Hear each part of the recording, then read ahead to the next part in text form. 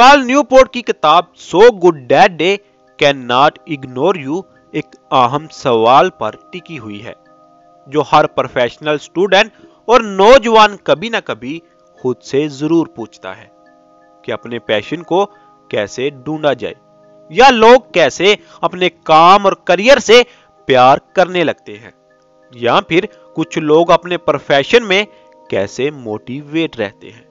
और ये सवाल दो वजहों से अहम है।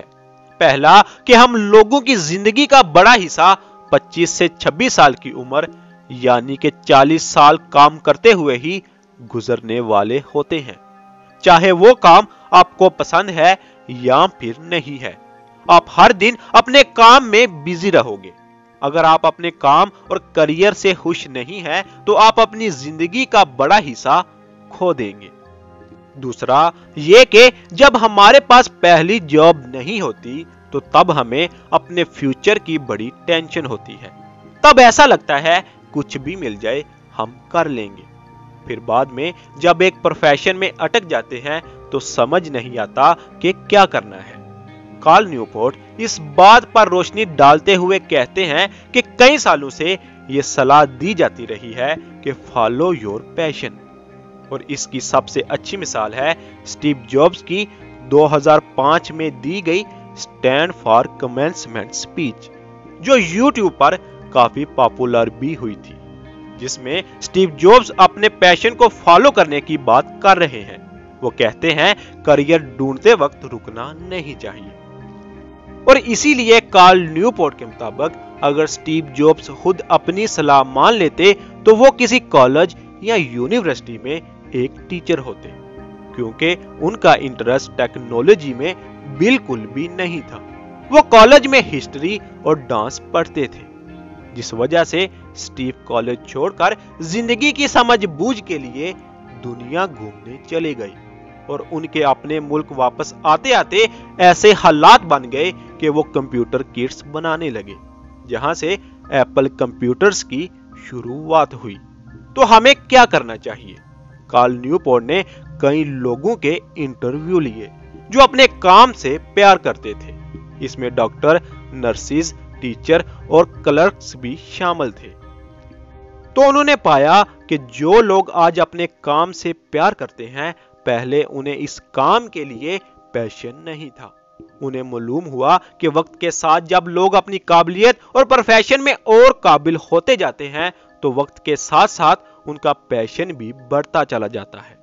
उनको ये जानकर हैरानी हुई कि ऑफिस असिस्टेंट और बैंक में काम करने वाले लोग भी सच में अपने काम के लिए पैशनेट थे। पैशन तलाश करने के लिए कई लोगों ने बहुत सी नौकरियां बदली, कई लोगों ने नए करियर शुरू किए, और कई लोगों ने नई कंपनीज भी शुरू की। लेकिन इन सब में एक बात कॉमन थी, इनके काम में ये तीन चीजें मौजूद थी: क्रिएटिविटी, कंट्रोल और इंपैक्ट, जिनकी वजह से ये लोग अपने पैशन तक पहुंच सकते हैं। इन तीन चीजों की इंपॉर्टेंस पे एक मिसाल भी है। मान लीजिए आपका एक दोस्त है जिसको लिखना बहुत पसंद है, और वो हमेशा से ही जर्नलिस्ट बनना चाहता है। कॉलेज के बाद वो पिछले 5 सालों से एक मैगजीन के लिए काम कर रहा है, लेकिन आज वो बात नहीं रही, क्योंकि एडिटर उसके आइडियाज पर इतना ध्यान नहीं देता। जैसे एडिटर कहता है, वैसे ही आपके दोस्त को लिखना पड़ता है। किसी भी कहानी में उसका कोई कंट्रोल नहीं है, ना ही कुछ अलग सोचने के लिए क्रिएटिविटी बचती है। ना सिर्फ इतना, बल्कि उसकी कहानी मैगजीन के आखिरी सफ़ों पर छपती है। ऐसे हालात में आपके दोस्त का पैशन ज्यादा दिनों तक जिंदा नहीं रहेगा, और वो जल्द ही कंपनी बदलने के बारे में सोचने लगेगा। देखा जाए तो वो ठीक कर रहा है, लेकिन इस बात की कोई गारंटी नहीं कि अगले काम में आपके दोस्त को ये 3 क्वालिटीज मिल जाए। कार्ल न्यूपोर्ट कहते हैं कि ये 3 क्वालिटीज रेयर और वैल्यूएबल हैं, और ये आपको आसानी से नहीं बल्कि आपको लेनी पड़ती है। इसके लिए आपके पास रेयर और वैल्यूएबल स्किल सेट होना चाहिए। तो सबसे जरूरी सवाल यह है कि आप में रेयर और वैल्यूएबल स्किल सेट कैसे पैदा होगा। सबसे पहली बात है आपको पैशन माइंडसेट छोड़कर क्राफ्ट्समैन माइंडसेट अपनाना होगा। असल में पैशन माइंडसेट की प्रॉब्लम यह है कि हम सोचने लगते हैं मेरे अंदर इतना टैलेंट है, मुझे इतना गाने का शौक है, दुनिया मुझे मौके कैसे नहीं दे सकती। अगर चांस नहीं मिलता या काम करने में मजा नहीं आता तो हम समझते हैं ये दुनिया की गलती है और ये प्रॉब्लम बाहर से पैदा हो रही है, जिस वजह से हम रुक कर बैठ जाते हैं, नए एक्सपीरियंस और स्किल्स भी नहीं सीख पाते। अब आता है क्राफ्ट्समैन माइंडसेट। क्राफ्ट्समैन माइंडसेट वाले इंसान की सोच कुछ ऐसी होती है जिसमें वो सोचते हैं कि मैं इस दुनिया के लिए क्या कर सकता हूं, जो भी मेरे सामने काम है मैं उसमें लगातार बेहतर कैसे हो सकता हूं।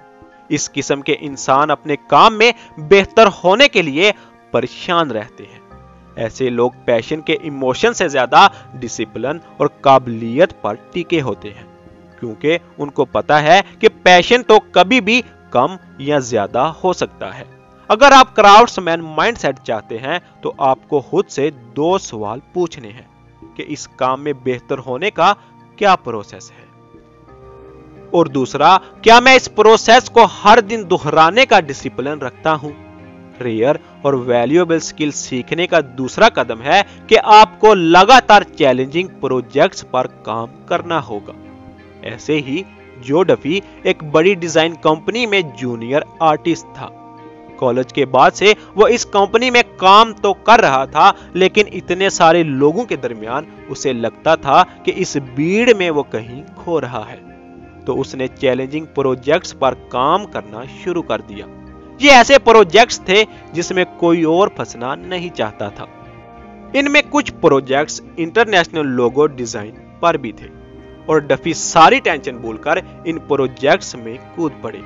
कई प्रोजेक्ट्स पर काम करने के बाद डफी इंटरनेशनल लोगो डिजाइनिंग के लिए पहचाने जाने लगे। कुछ ही दिनों में दूसरी कंपनी ने एक लोगो डिजाइन एक्सपर्ट्स की टीम को लीड करने के लिए जो डफी को हायर कर लिया। जो डफी के पास खास किस्म की स्पेशल स्किल्स थी जिनकी मार्केट में उस वक्त बहुत जरूरत थी। नई कंपनी में डफी के पास तीनों क्वालिटीज भी थी और डफी का पैशन डफी को आसमान तक ले गया। कुछ ही सालों बाद डफी ने अपनी कंपनी खोली और डिजाइन इंडस्ट्री में कई नए ट्रेंड्स लेकर आए, और जो डफी अपने करियर में असली पैशन ढूंढ पाए, क्योंकि उन्होंने हमेशा चैलेंजिंग काम किए जो बाकी नहीं करना चाहते थे।